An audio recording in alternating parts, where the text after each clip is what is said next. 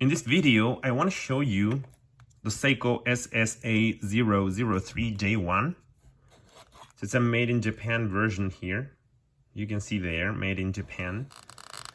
It's a slide rule, so this watch comes with equipped with a slide rule and a sub dial at 12 o'clock. So this watch was made in principle for polar exploration.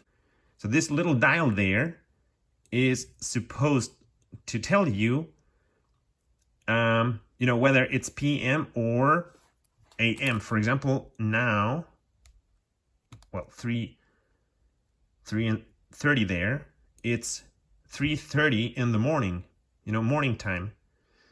And if you advance the time here, 3:30, there you go, the little dial there did advance as well, and now it's 3:30 p.m. It comes with the caliber 4R37, which is a higher end caliber, which evolved from the 7S 2026 and 36. We all know the 7S line, the 7S family. It's an automatic movement. It's a winding movement, so actually you can wind the movement there. And it hacks as well. So when you pull the crown out there, you pull out the crown, the movement stops there. The second's hand stops there. It's it comes with a date window at 4 o'clock as well. And like I mentioned before, it's got here a sub dial, a 24-hour dial. Unfortunately, it's linked with the main dial down there. So as you advance the time there,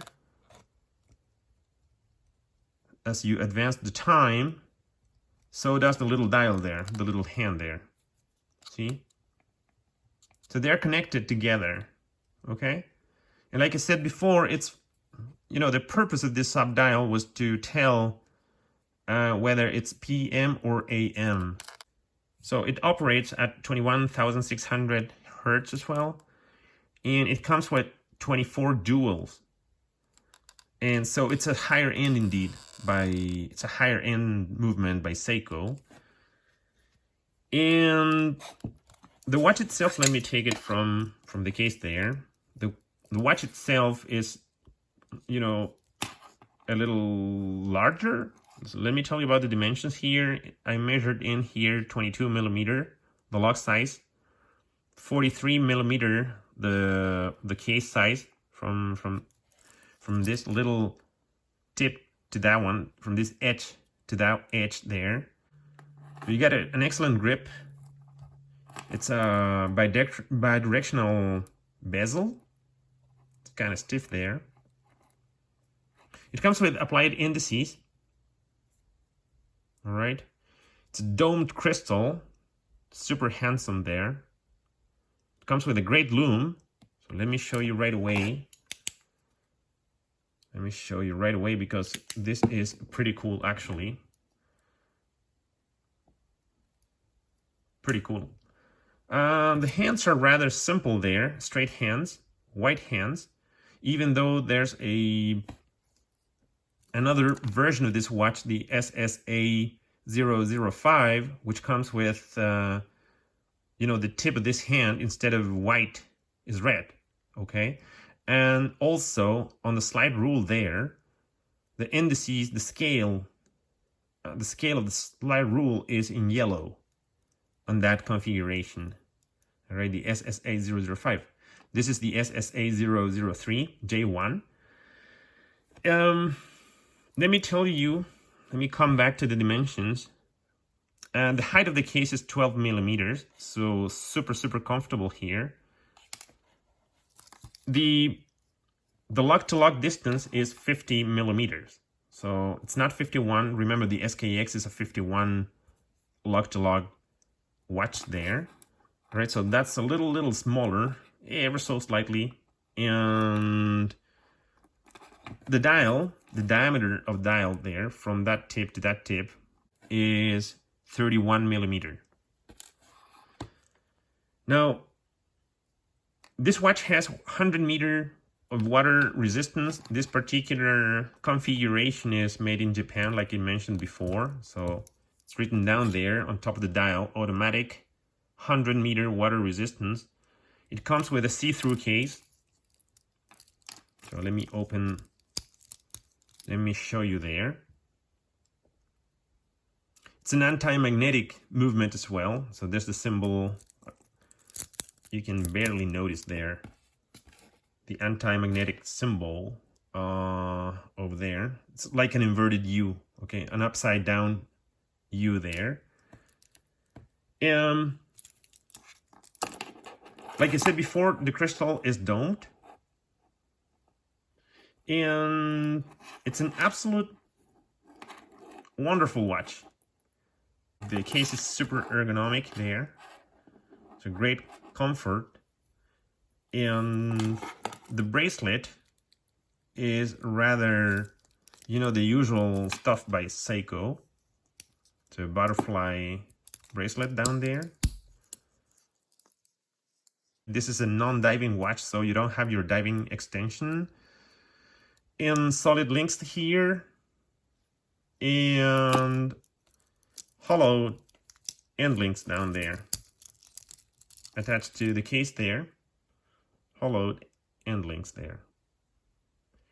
This is a vintage piece indeed. It's from the Seiko Superior line. So those watches came back then with a domed crystal. Now there's a slide rule here. This watch comes with a slide rule. Let me tell you, the slide rule is a logarithmic rule. Okay, so actually you have plenty of numbers here, little numbers. Let me see if I can zoom in. Let me show you here. So,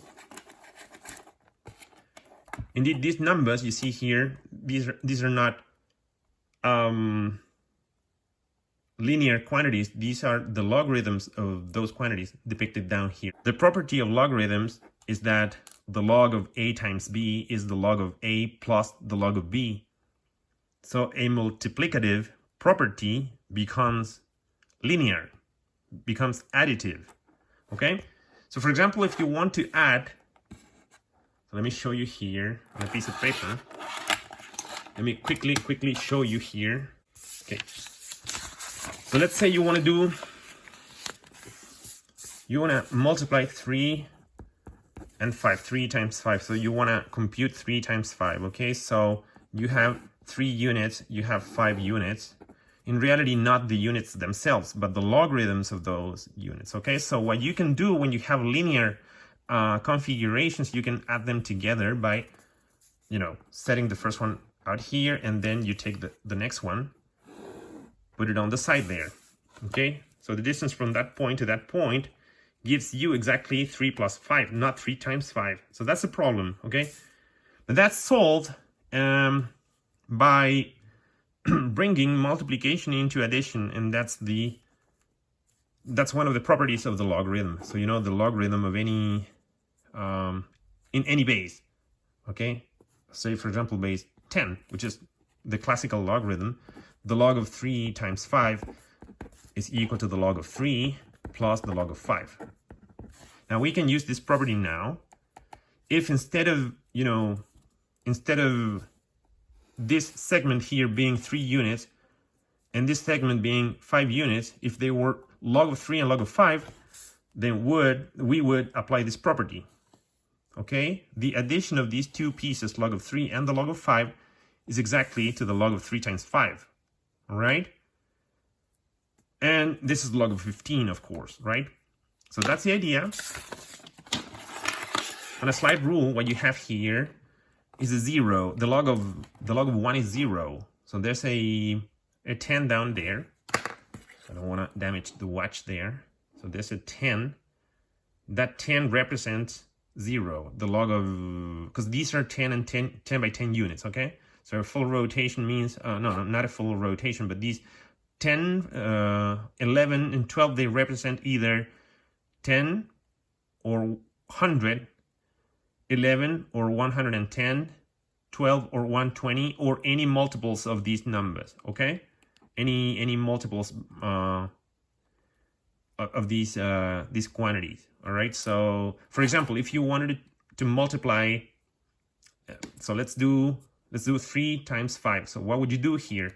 You would locate your 3. So in this case, in the upper scale there, so 3 is represented by 30. That's your 3 there. Let me zoom in. I don't think this is all that clear. That's your 3 down there. So I'm going to place that 3 on top of your 10. That's your 10, which is indeed starting point of your rule. Okay. So you set the 30 units or 3 units, right, on top of 0, your starting point. So you want to do 3 times 5. 3 on the upper scale and then 5 on the lower scale down here. So where's 5? Here's 5. Here's 5. So the answer, the product of 3 on the upper scale and 5 on the lower scale, where is it? It's down there. Is equal to 15. All right. I need to adjust a little better there, but that's the idea. Okay. So that's multiplication here is possible indeed because these are logarithmic scales. Okay. These are not linear scales. It's not the quantities we see here that are displayed down there. They represent the log of 25, the log of 24, or the log of 250, log of 240, etc., etc., etc. Okay. So we can rotate the scale instead of like what we are doing here actually is we're grabbing these two scales and we're sliding on top of each other, all right, or with respect to each other. So we're adjusting distances, all right. So we are using these properties. Instead of multiplying 3 and 5, we're adding the log of 3 and the log of 5. We get as a result the log of 3 times 5, which is 15, because the logs, logarithms satisfy this property. Now there are several logarithms. They work all the same. Remember that the logarithmic function looks like this. So this is 1. So the log of basis a of x. So this is your x, right? This is your y. So this is indeed a function, f of x, right? And these logarithmic functions all pass through the point 1, 0. So that means the log in any base a of 1 is always equal to 0. Okay, so there are several logarithms here, but all of them pass through 0. Now they all depend on the bases here, the base a. All right, there's a common logarithm, which is the natural logarithm ln, and this is nothing else but the usual log in basis e. Now the number e is the Euler quantity 2.78, and I don't remember the name. It's an irrational number anyway. Okay, so the log basis e is a natural logarithm. That's one of the more common logarithms in mathematics. Anyway, I just wanted to quickly explain to you how this watch works, how the slide rule works. Now, if you can multiply two numbers, that means you can divide numbers as well. Okay, so you perform the inverse operation. There are plenty of good clips out there on YouTube about that. Okay, and you can compute square roots as well. It's amazing because a square root of a number, so x is the square root of a if x squared is equal to a. Now there are two quantities satisfying this equation here, plus or minus this number, square root of a. Okay, usually two quantities do satisfy that equation there. If a is positive, okay. If a is negative, there's no hope to solve this in the real category. You need to go to complex numbers. Anyway, if you were given the number 144, okay, you can find the square root of 144, and you would find 12 there. And to do that, basically, let's go super quickly over this process. What you have to do there is to search a number such that that number you place right on top of the 10 and right on top of 144. So 144 is down there. Okay, so you start, it's like trial and error, but if you keep moving along the slide, if you keep sliding 144, you're gonna hit 12 at some point. 12 down there. If you keep sliding the rule there, you're gonna find that on top of 10 you find exactly 12. All right, on top of 10 you have exactly 12, and below 144 here you have 12 as well. So you can compute square roots as well, but you can convert units as well, from pounds into kilograms, pounds, and so on. Anyway, thank you so much for watching, and see you in the next one.